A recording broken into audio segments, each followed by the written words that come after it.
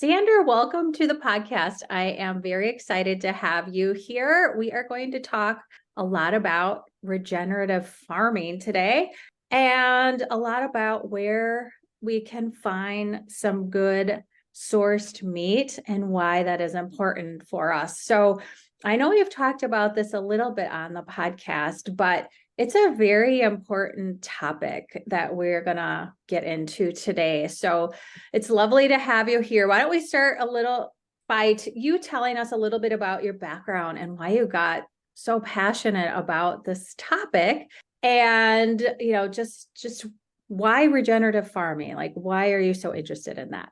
Yeah, so I haven't always been into or interested in regenerative agriculture because like when I started farming, regenerative agriculture wasn't even a thing. It wasn't on the internet. Nobody talked about it. So I've always been interested in working with animals. When I was a kid, I always knew that's something I wanted to do.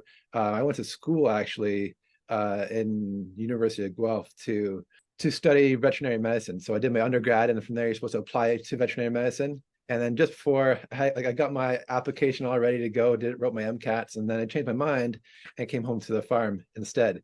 And never looked back. I was pretty happy with that decision. One of the vets that came to our farm all the time told me how much he loved being a vet because he got to work with animals and he got to visit with farmers all day. And from my understanding, it's like half their job is dealing with people. Like, I don't really like people that much. I'd rather just work with animals. So I came home to the farm instead. And that was in 2010 when I started helping my dad out. And then around 2015, 2014 is when we started building a new dairy facility. So we looked around all the farms in the area and found what was ideal for cows, what made them thrive, made them live longer, how to basically get the most out of them. And then we built that barn. And it is in around that time too is when I think 5 years of sleep deprivation finally caught up to me and I started getting sick. And being sick got me questioning basically everything in my life.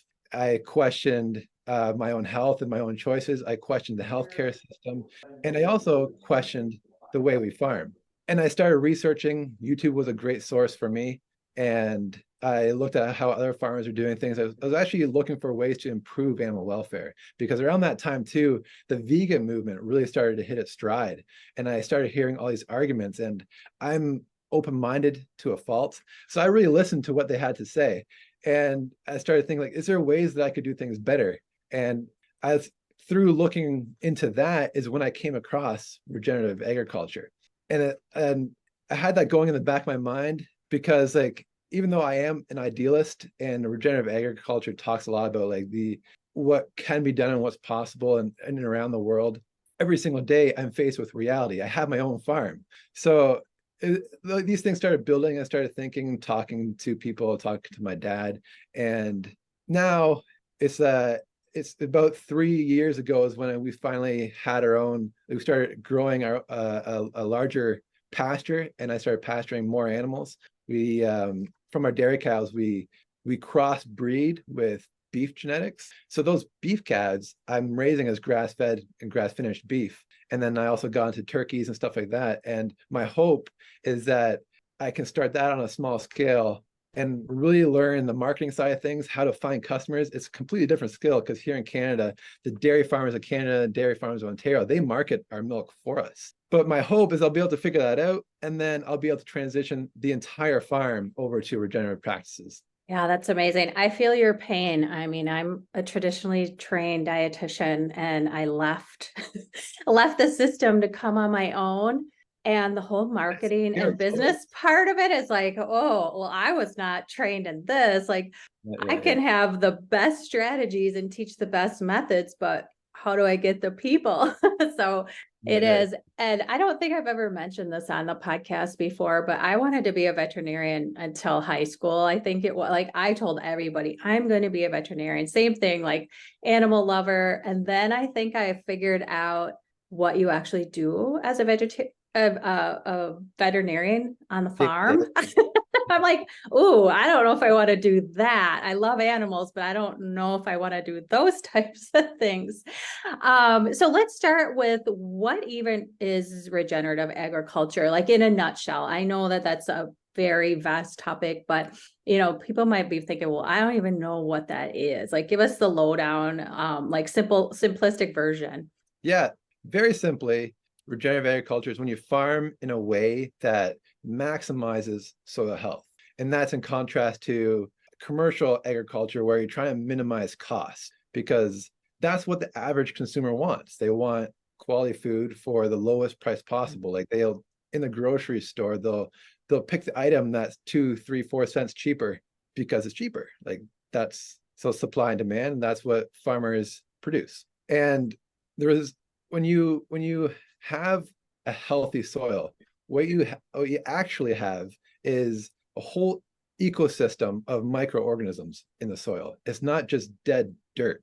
And you have like a whole food chain of bacteria, you have fungi, you have nematodes, you have protozoa, you have arthropods.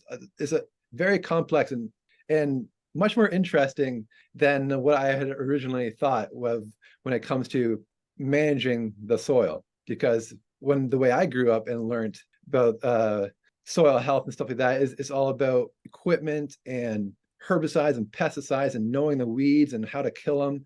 Whereas this is like you're managing a whole ecosystem of species, and that's much more up my alley anyway, with my interest in animal health. So then when we have a healthy ecosystem, plants, they can actually ask for specific nutrients in the soil by excreting sugars. They get that from the sunlight, they make sugars, and they put that into the soil. And then the microorganisms in the soil, they'll mine those nutrients and give the plant exactly what it needs. And then what you would get, though, if you use synthetic fertilizers, is you then give the plant the nitrogen, the phosphorus, potassium, and maybe some other nutrients, but you give those to the plants so that the plant no longer needs these microorganisms in the soil. And then these microorganisms, because they're not needed, they're not being fed by the sugars of the plant, they die off. And you can't fertilize for every single micronutrient that you can find in the soil. However, the plant no longer has the capability of getting those micronutrients. And that's basically where a lot of the health changes, like the improvements in the health come from when it comes to regeneratively raised products. That's very interesting. I've never heard it explained quite that way. Like, I know the whole concept of regenerative agriculture, but I've never heard, like the push and the pull between the actual plant and the animals. And I mean, it makes sense. That's what's natural to the earth. But it's interesting to think about, we have some really health focused people and nutritionally focused people who listen to the podcast. And maybe, I'm one of them too. Like, I am very, very interested in nutrition and feeding my body the healthiest fuel that I possibly can. But what's sad to me is that, people can do their best and think they're doing their best and eat a very wide variety of plants and animals, but they're just not the same foods as they used to be because of the soil and because of the depletion of minerals and all of the things that used to be found in the soil. So do you think it's possible to like get back to where we once were with growing, nutritionally sound, high nutritionally dense foods? Because now, like they're just void unless they're coming from a farm like yours. And there's just so many problems, it's like all of the big farms and those are trying to push out the little guys. And it's just like this huge problem. But do you see that coming back to light? And is it like, I would imagine it's picking up steam because people are just growing more knowledgeable and care about the fuel that they're putting into their bodies. And I think sometimes too, it's like I'm in my little circle and I'm thinking, yeah, we're making headway. Like, people are starting to get it and we're very like-minded. But then you look around and you're like, oh, like we have a long way to go. So what are your thoughts on that? Like, do you think we can get back to, like getting our soil back to where it once was? It's very possible. It looks different depending on where in the world you are and what your climate is. Like certain parts of the world where it's really dry, you get desertification, and then you literally lose nutrients from the soil. And in places of the world like that, then you really need to use really high concentration of animals to rebuild the organic matter, which comes from the manure from the animals. And then you'd be surprised how long seeds can stay dormant in the dirt.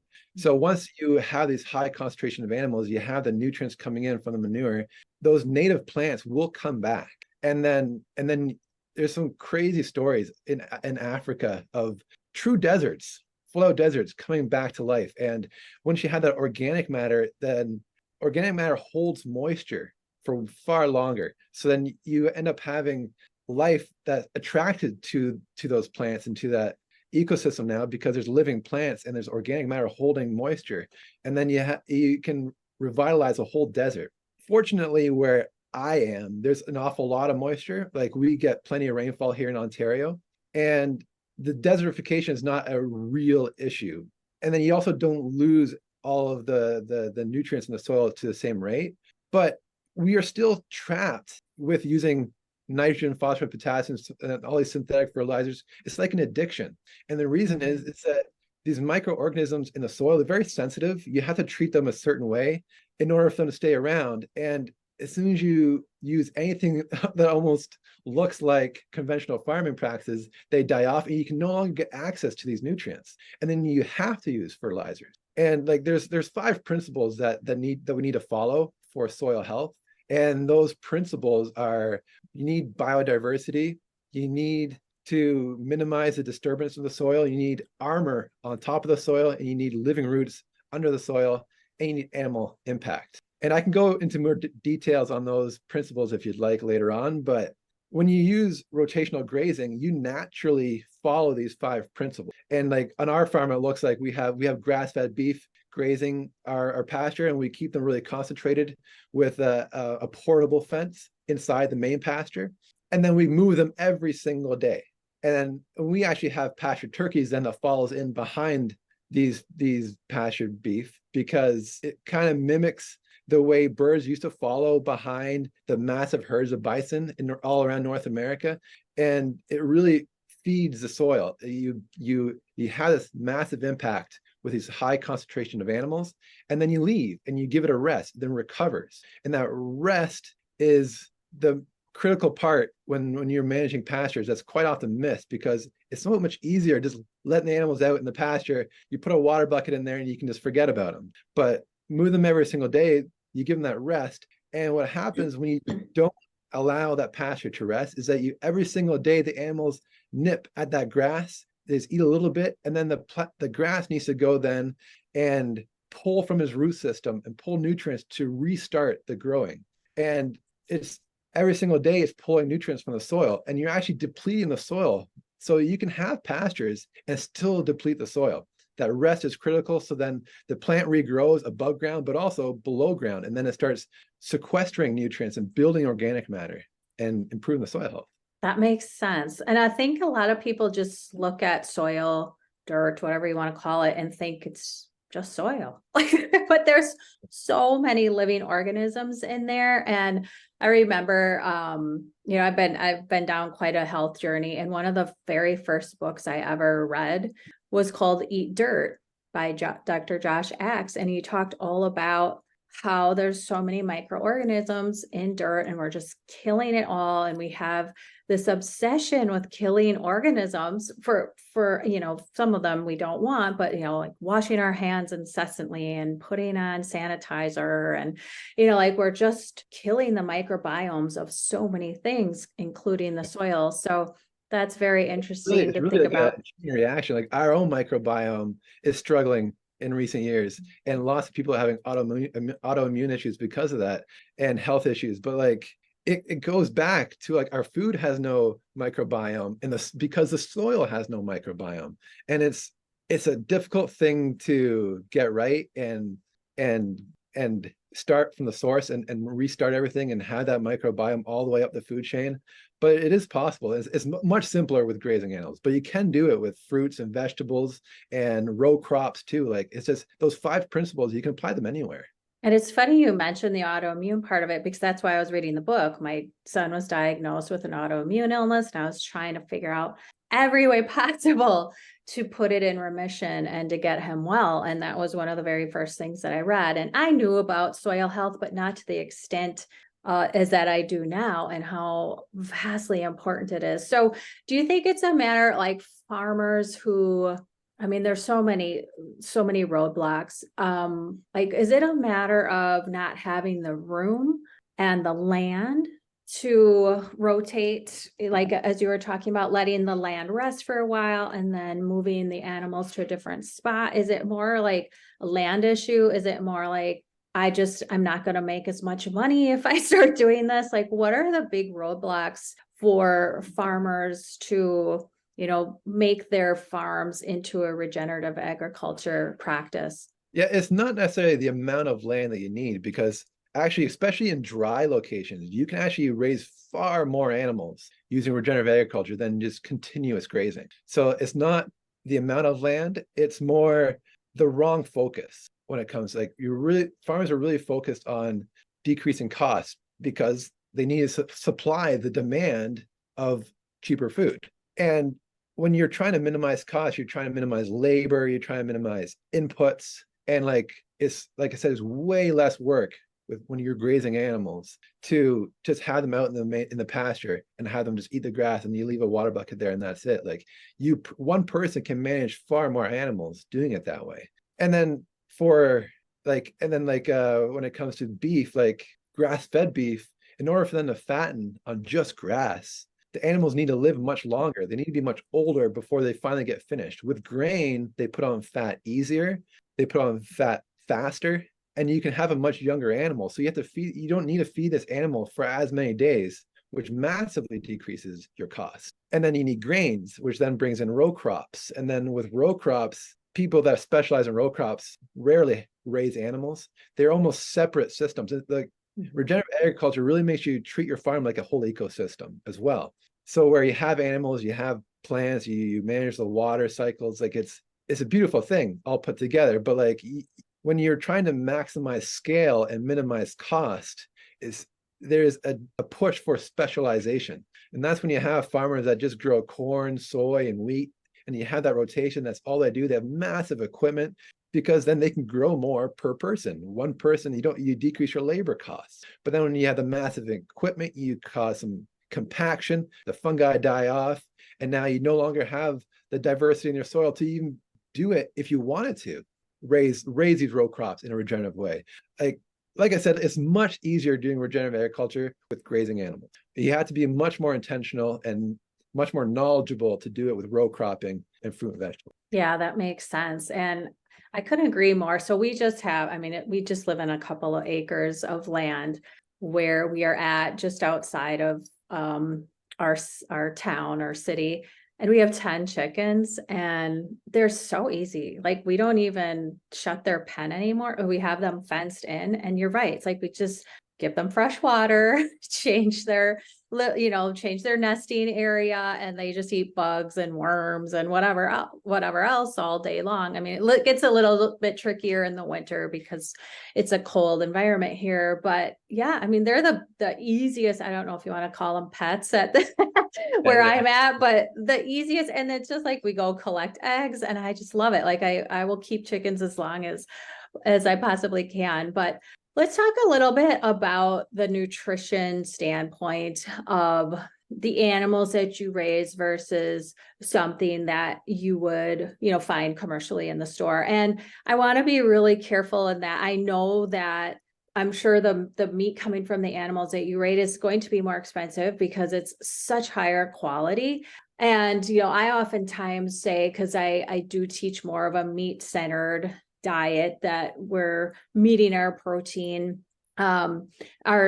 needs from meal to meal. But it's understandable that some people, don't understand that there's nutrition differences in the meat, and B, are just trying to, find the most affordable meat that they can so they can at least meet protein needs. But can you talk a little bit about the nutritional differences in the commercially raised animals versus something that would be grass-fed, grass-finished? And I would imagine yours are grass-fed, grass-finished. They're not grain-finished. Right. Yeah, our dairy Okay. farm is still a commercial farm, and then the grass-fed beef and our pasture turkeys are regeneratively raised. But I also want to also reiterate what you just said. Like, if people can't afford the grass-fed products, like you don't have the income, times are tough right now, and the economy is struggling. And animal products in general are amazing because it's you have everything that animal needed to survive is in the animal's muscle, and it's completely bioavailable, is super digestible. Like you eat it, and that's what you get. You get all those nutrients. They're in a very bioavailable form. So like animal products in general are amazing, but like there is a different there are levels. So like if you're able to do it, there is a difference with regeneratively raised products and commercially raised products. And I'm sure we've all heard the saying that you are what you eat. And it's not just us, it's also the animals and the plants. They are also what they eat. So the plants that get synthetic fertilizers and like the row crops or the grasses that get the nitrogen and stuff like that, because that plant no longer needs to build that relationship with the microorganism, it can no longer get all those microorganisms that it used to be able to get when it could just ask for certain nutrients. It's basically crippled. It can only now, because it didn't build a relationship, it can only get what we give it through synthetic fertilizers, which is great for the nutrients that we are fertilizing for. But now you're now missing all those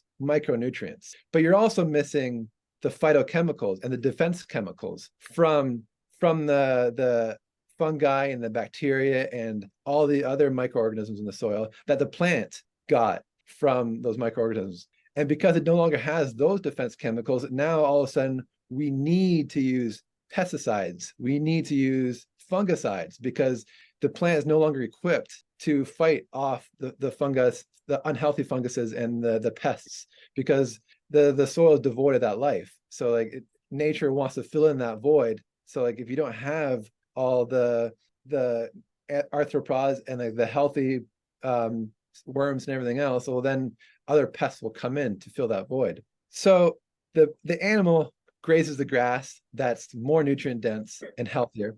So then the animal becomes healthier and more nutrient dense. So these grass-fed animals, they literally live longer than commercially raised animals. If you take a sample of their like a biopsy of their muscle, you see evidence of like advanced glycation end products and oxidative stress and proteolysis in the animals that are conventionally raised. And you don't see that with the grass-fed products. Like the meat from grass-fed, grass-finished animals, it has higher levels of vitamin E, vitamin A, omega-3 fatty acids because it's eating fresh grass, not fermented grass or stored grains or whatever else.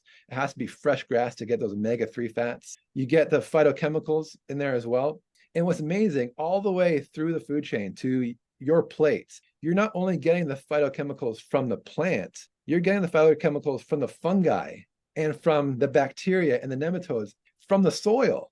Is making its way all the way up to the meat that you're eating. Yeah, I mean, it is. It's just a huge cycle and people just don't think about it, you know? So that's a great explanation. Can you talk a little bit about the stress of the animal when it is ready? I never like to say the word slaughter, but I guess that's what it is. Like if the animal, because I've done a little bit of reading on this, the stress is the animal is very stressed out at the time of death. It can produce different meat quality, and I think I read something about the vitamin C content as well. But can you speak on that a little bit? That's, the stress and how that might affect the meat quality. Yeah, so like there's stress, chronic stress throughout their entire life. And like we all know stress is unhealthy. So like it leads to oxidative stress. So again, it uses up those antioxidants in the muscle of the meat. So like chronically stressed animals that are maybe not housed in a way that's ideal, like it's maybe an old barn or dingy and it doesn't get sunlight, like all those stresses or even the way they're managed and handled. Maybe the farmer has got a short fuse and is constantly yelling at these animals, like that's all stress. That's all, and like that uses up the antioxidants in the meat. But you're right, even the way they're handled at the very end, at the day of slaughter, like there's something I believe it's possible to have humane slaughter. it's something that a lot of people might disagree with me, that it's something that's even a possibility. Is a bit of a trigger word for some people, but humane slaughter is possible, where you go about the final moments in a way to minimize stress. And a lot of things have improved over the years. There's a woman named Temple Grandin who has done amazing things for the animal agriculture, and she really focused on animal welfare in her early days of her career. And she visited a lot of abattoirs and helped them change their facilities to minimize the stress on the animals. She really looked at the animals and looked how they were acting and behaving, and looked for ways that she can apply what's working with what's not working, and then set up a list of recommendations for these abattoirs. And she's done amazing work. And so in my eyes, what humane slaughter looks like is like you drop them off the day before slaughter, so they get used to the new pen, they get used to the new barn, they get used to their new pen mates, they have to work out their social hierarchy, and then they go to sleep. And then the next day there's still stress, of course, but like absolutely no stress is impossible.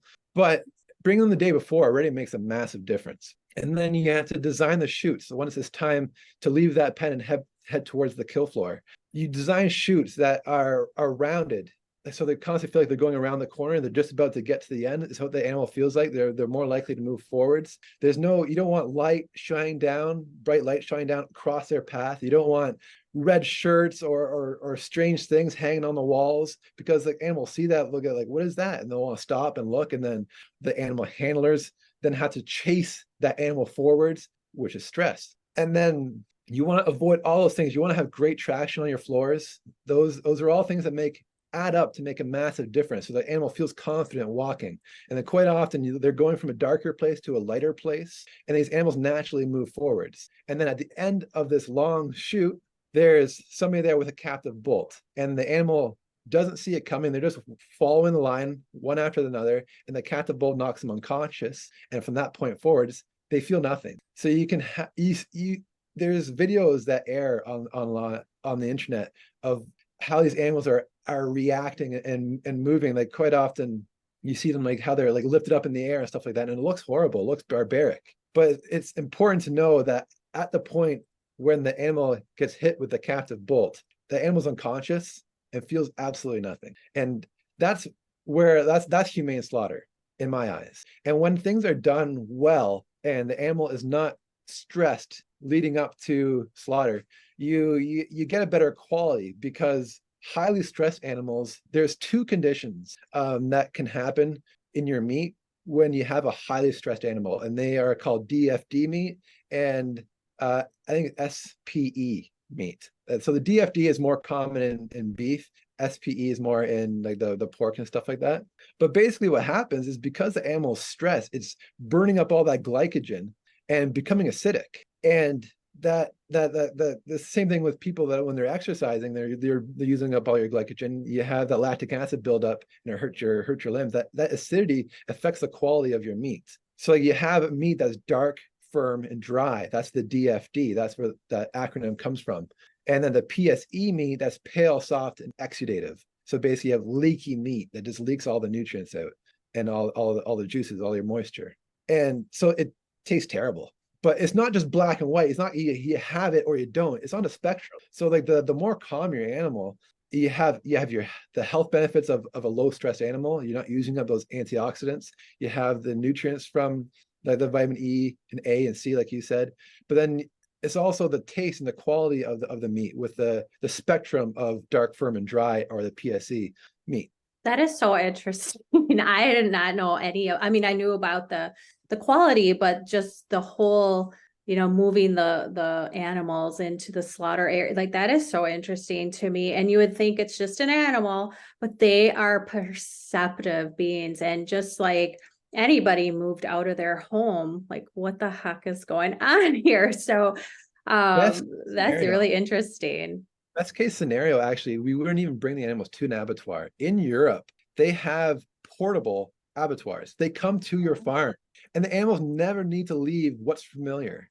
Like that's a step above. That's so much better and amazing. I would love to do that, but I haven't heard of anybody in North America doing that, like using that or doing that. And like making that available to farmers.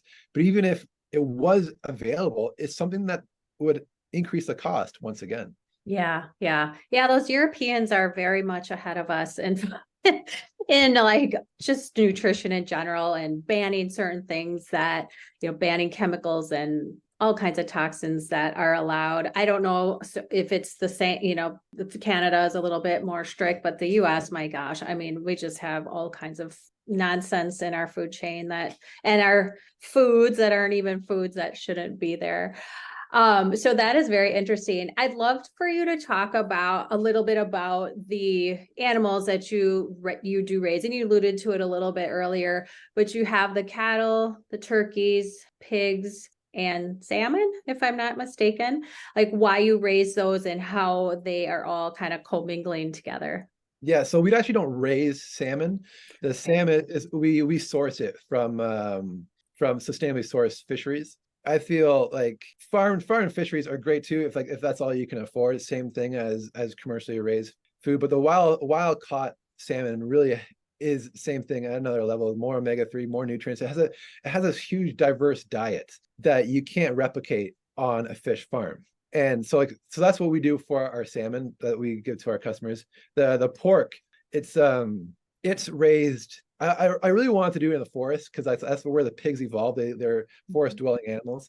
But if you have a high concentration of pigs, they do a lot of damage to your forest. And like to have them as pastured pigs, you need sunlight coming through. So there's stuff on the understory of the forest. And so then you basically got to thin out your forest. And we have pretty healthy, we have healthy soils, we have lots of moisture. So we have pretty good quality woodlands on our farm as well. So I don't know, it feels like such a shame to log that and thin it out just so I can have pigs in there. So they are raised in a way that's like they're out on pasture as well. They're basically managed much more like our beef. They're out on pasture. They might be on the edge of a forest where they get some shade, but they're rotationally grazed as well. And then they're also supplemented with extra grains and stuff like that to because they're not ruminants like cows. They can't grow on just grass. The heritage breeds pigs that we use, they graze more than the commercial pink pigs that we are used to seeing, but they still need to be supplemented with grains and stuff like that to grow. And it's the same thing with our turkeys. They like the turkeys, when you give them a chance, they eat a surprising amount of grass, and you feed them rocks. They don't have teeth to chew the grass. They just rip it off and swallow it. But you also feed them rocks, and they eat those, and then they grind up the grasses that they're grazing on. And they're also looking for bugs. They have basically it's out in nature, so they get everything that they could want. And they get a very diverse diet that way, especially when you have a diverse number of plants growing in the pasture, which is something that a lot of farmers get wrong as well. They plant just their grasses and their clover, but you need a large diversity of plant families, not just your grasses and clovers, but you need a large diversity of plant families because different plants attract different microorganisms to their roots. And then you can stimulate that diversity that I was speaking about earlier just by having the pasture with diverse plants in it. So then our turkeys, because they also don't have rumens like our ruminant animals do, like the beef animals, they're also supplemented with grains. And but it's quite a bit of diversity in their diet. And then the grass-fed beef, like I said, they're concentrated in a small area, moved every single day. The turkeys follow behind them. They're usually trailing about 3 days because I give the flies and the insects a chance to lay their eggs. They hatch, and then the turkeys come later on, and they can actually eat the bugs that are attracted to the manure from the bulls. And they also spread that manure out. They spread it out to the pasture a little more, spread out those nutrients. And it's I don't know. I love seeing it. I love spending time out in the pasture, but it's just nice seeing all these animals in our land. They're just all working together instead of having separate units. These specialized row crops and specialized, like our dairy cows, they're kept in the barn all year round still at the moment because it's still commercially raised.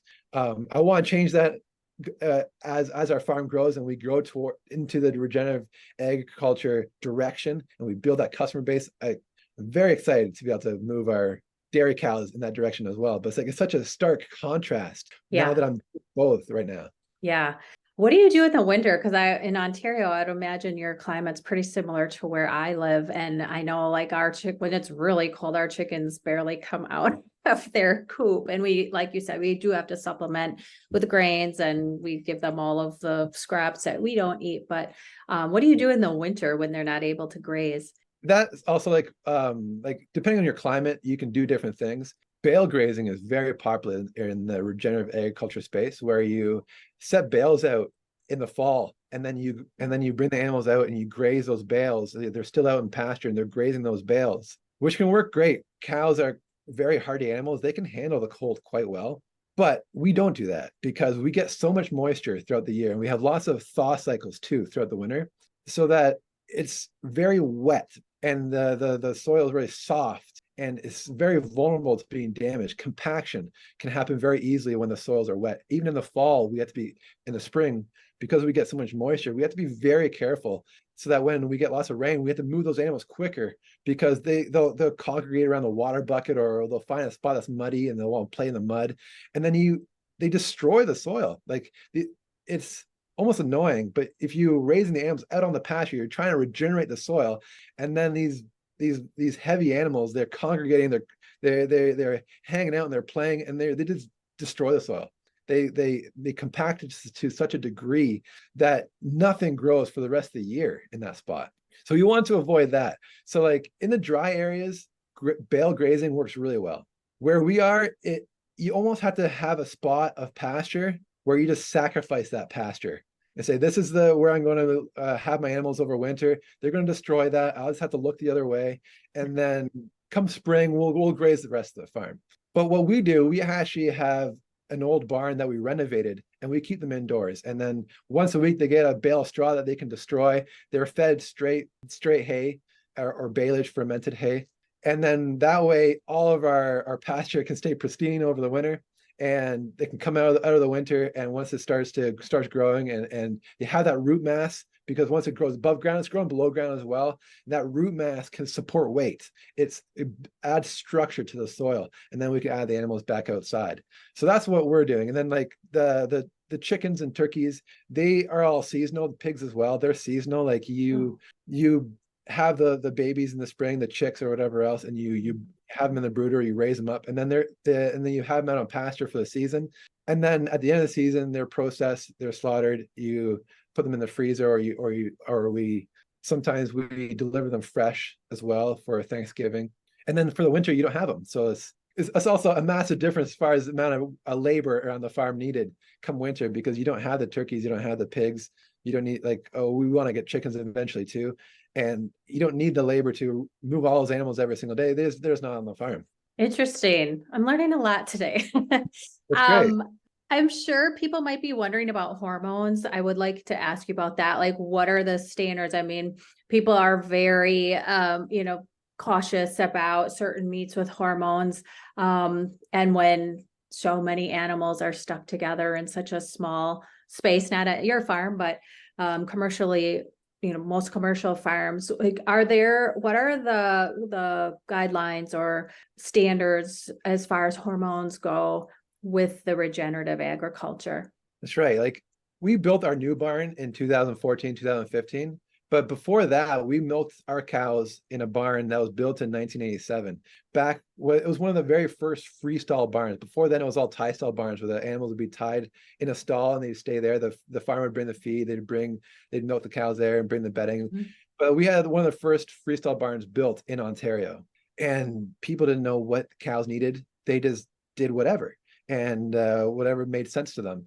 And then over time, the whole industry has learned about how do you build a barn where the cows can thrive. Give them, like, space is one thing, like you mentioned. Space is very important, surprisingly enough, to the logic of what you need in a barn. So in our old barn, cows, quite honestly, they suffered. They didn't live very long. They didn't last. We needed all of our replacement heifers that we were getting. We needed every single one just to keep our herd at a stable quantity, because we keep losing animals for not one specific thing, just a large variety of different things. Just like in people, if we're stressed, people don't get one specific disease.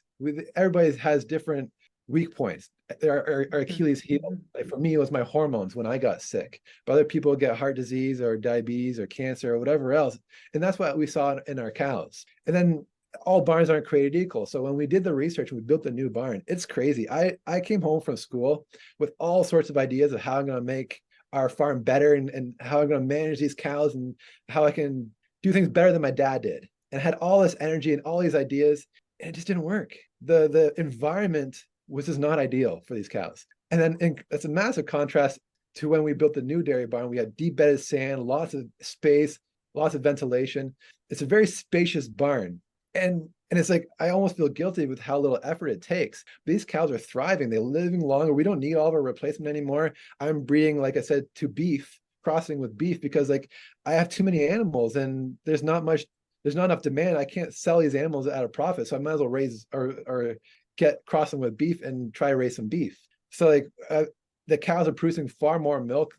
It's just they're better body condition. Everything is just better. And it's just like, it's great being a farmer when the cows are thriving, because you feel like some work is so much fun when you feel like you're good at your job. Yeah. But like in that old barn, it also, like in the old barn and the new barn, like I needed to use far more antibiotics. I needed to use all sorts of vaccines, everything I needed to try. I needed so much effort and interventions just to keep these cows healthy. Whereas now I don't need antibiotics hardly at all. We're not organic, so I still use antibiotics. My personal theory is like, I want to use the most effective intervention possible when I have a sick animal, get that animal back to health, and just manage and have the housing and manage them in a way that you don't need those antibiotics. Like now is massive difference in antibiotic use. But also vaccines. A lot of the vaccines I don't use anymore because I didn't have mastitis the same way, there was no point in vaccinating for certain mastitises. So I just stopped a lot of those interventions, a lot of those drugs. And that's the dairy side. And that's still commercial farming. It's like you got to know your farmer, because everybody's different. You got to figure out who farms locally to you and get to know them and how they're raising their animals. But like regenerative farmer is different again. Like there's one of the principles is like you want to minimize disturbances, and that's fertilizer, that's herbicides, pesticides, compaction, everything else. But it's also chemical uses in any way, shape, or form too. A lot of the vaccines, a lot of the antibiotics, a lot of the interventions that you use on the animal side goes into manure onto your field. It's the same thing as the other way around. As you are what you eat. It's also works its way back down the other way as well, when you're given the manure is applied to the field again. But so regenerative agriculture, there's no antibiotic use. You don't also need it because these animals are thriving, they're healthy, they are not pushed to their max or pushed past their max, so that they're not stressed out metabolically the same way. They're eating a diet that they evolved on. So like you also don't need antibiotics. So like, but yeah, you don't use any of those interventions. But like one thing, like since I grew up on a dairy farm, we didn't use hormones and stuff like that, but it did surprise me once I started working my way and learning about raising beef animals and grass-fed and grass-finished. What we're doing is, it surprised me how common hormonal implants are in the beef industry. And when the demand on the farmer is to produce the lowest cost, produce meat at the lowest cost possible, unfortunately, these estrogen implants make financial sense because the animal puts on fat faster. So they finish earlier. And then you have a younger animal that's ready for slaughter. And because you're feeding it less days, it massively decreases your cost. So that it surprised me how common in the unlabeled regular beef, those estrogen implants are almost ubiquitous. Yeah. And then also, I buy for my turkeys, I buy non-GMO feed, not because I'm completely convinced. I don't know. The information is kind of messy and muddy on GMOs and if they're good or bad.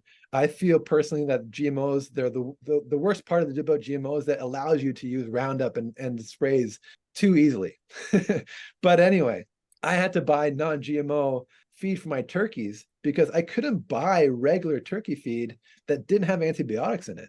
Because when they're chicks, when they're really young, they're so vulnerable. They're growing very fast as chicks, especially turkey chicks grow even faster than chicken chicks. So they're very vulnerable to getting sick, and they're not incredibly intelligent, so they're walking in their waters, they're pooping in their water, and that poop is got bacteria in it. They can get sick from that if they're drinking that all day. So like I so a lot of farmers, because they're doing it on a massive scale, it's hard to keep a really close eye on these baby chicks and keep their waters clean, keep their feed clean, and make sure they don't get sick. So it's just standard to use antibiotics in those first several weeks of when they're growing up and they're super vulnerable. Whereas like what we do instead is it's just on a smaller scale, but I just check them constantly, dumping the water, fresh water, fresh feed, and make sure the temperature in the brooder is ideal. So you don't need those interventions. Yeah, we've raised plenty of chicks and we've lost plenty of chicks as well. And you're right. It's like they just walk right over their water bowl and poop right in it. It's like, I just changed that. Yeah, it's Cows are no better. Cows are no better. Horses, some animals like horses, they go in to pick a corner of the pasture. That's where they poop. Not cows, no. They just go everywhere. yeah, dogs too. They just have their little area that they like to go to. Well, that's very interesting. I would love to kind of close out with so you're in Canada, and if I remember right, we talked a little bit offline. You can't ship to the United States at this point, but there's so many people listen, and I do have a lot of Canadian listeners as well who can definitely take advantage of Moral Eats is your farm. But a lot of the listeners are in big cities. They're like, I would love to be able to support farms like Moral Eats and be able to order from you, but I don't have no idea where to go to. And I know you mentioned like get to know your local farms or your farmers, but what if there's people in like big cities who just don't like, they don't have any idea, they don't have transportation. Like where would you recommend people go to find regenerative agriculture, where they can support, because a lot of it is so much supply and demand. Like if the more people who are demanding better quality animals who are treated the way they should be treated, we're going to demand more from it. So Right. where can we even start with this? Yeah, I think if you're living in a big city, regenerative agriculture is growing in popularity very quick. So I can basically guarantee no matter what state, no matter what province you in, there are farmers nearby you that are using regenerative agriculture practices and that are more than willing to even deliver it to your house, which is what we do.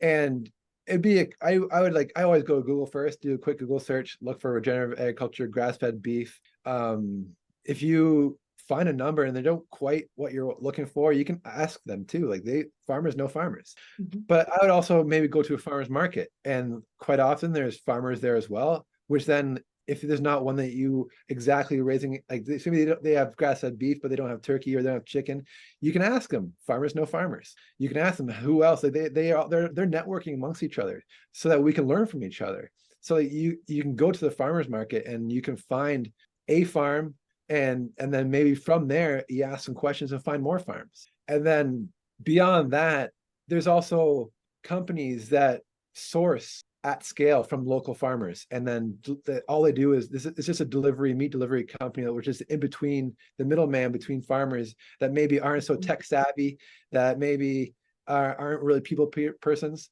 and then they connect them with the consumer. And then like it's like Butcher Box is one. In Canada, and there's local line. There's lots out there. There's new ones like NICU Farms, I think, is one as well.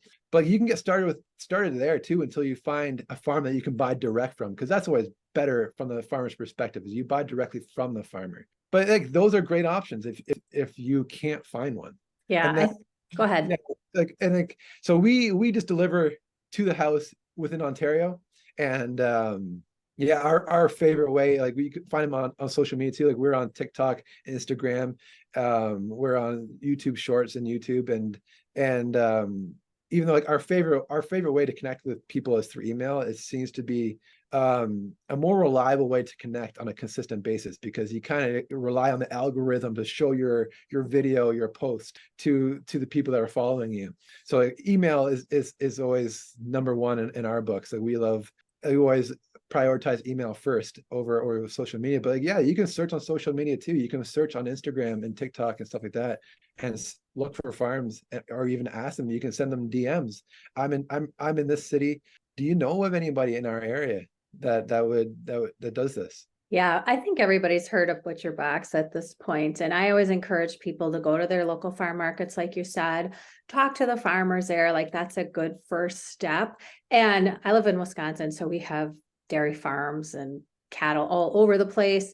And so it's pretty easy for me to find local farmers to buy from. And we raise our own chickens, so we have our own eggs, and then my Right. husband and my sons are all hunters. So, I mean, our freezer's Yeah. just always packed with venison and it's right from our backyard. I mean, there's no stress on the animals. And I'm very fortunate to be able to have that in, for our family. So you mentioned social media. Is it Moral Eats? Is moraleats.com is your website? Is that where your followers are hanging out too? Yeah, on our website, moraleats.com. We also are on Instagram, we're Moral Eats. On Facebook, we're Moral Eats Farms. And then on TikTok and YouTube is Sander Van Stee that I go under. And that's where I post. I used to post more regularly. Now a little less consistency. Now I'm trying to focus more on email. But yeah, if you're in Ontario and you're looking for a farmer, go to our website, sign up to our email list, and everybody who signs up has a chance of winning a free meat box. So that's I always love great. I love that. And I love what you're doing. And it's encouraging to hear that more farming practices and more farmers are trying to get back to the regenerative agriculture. Sometimes it just like we were talking before, sometimes it just seems so like it's such a huge problem. It's like, am I making a dent with anything? And I want Um, to restate what you already mentioned about like supply and demand. People like to complain on social media, they make posts and they people get angry but that's you don't really create a lot of change when you're doing that, when you're being the social media warrior or whatever. But real change happens with supply and demand. Like money talks more than anything else. So if you take your conscientious consumer dollars out of the grocery store, away from conventionally raised meat, and you give them directly to a farmer and say, this is how I think food should be produced. I want more farmers to produce like you. And then like farmers know farmers, we talk and then we see that person, he's thriving, he's doing well. He's selling direct to consumer. He doesn't have to worry about the middleman. He's really producing like look at his soil, look at his animals, they look so great. And then we learn from each other, and then that person will try it because and especially if the one farmer's like, I got more people asking about meat and food that I know what to do with, and then they can send them that way, and like it grows, and that's really the best way to make a difference. I couldn't agree more. So one family, one person can make a huge difference. So thanks so much for coming on and teaching us so many things today. So this whole topic was a little bit out of what we typically talk about, but I've made so many correlations from what we typically talk about with the muscle glycogen and the metabolism within humans. And it's all coming back through the animals and just putting it all together. And I really love what you're doing. So thanks for coming on today and for your time. Thank you so much for having me, giving me the chance to speak from the heart and spread the message, spread the good word. I Thanks appreciate it. again. Yep. Thanks again.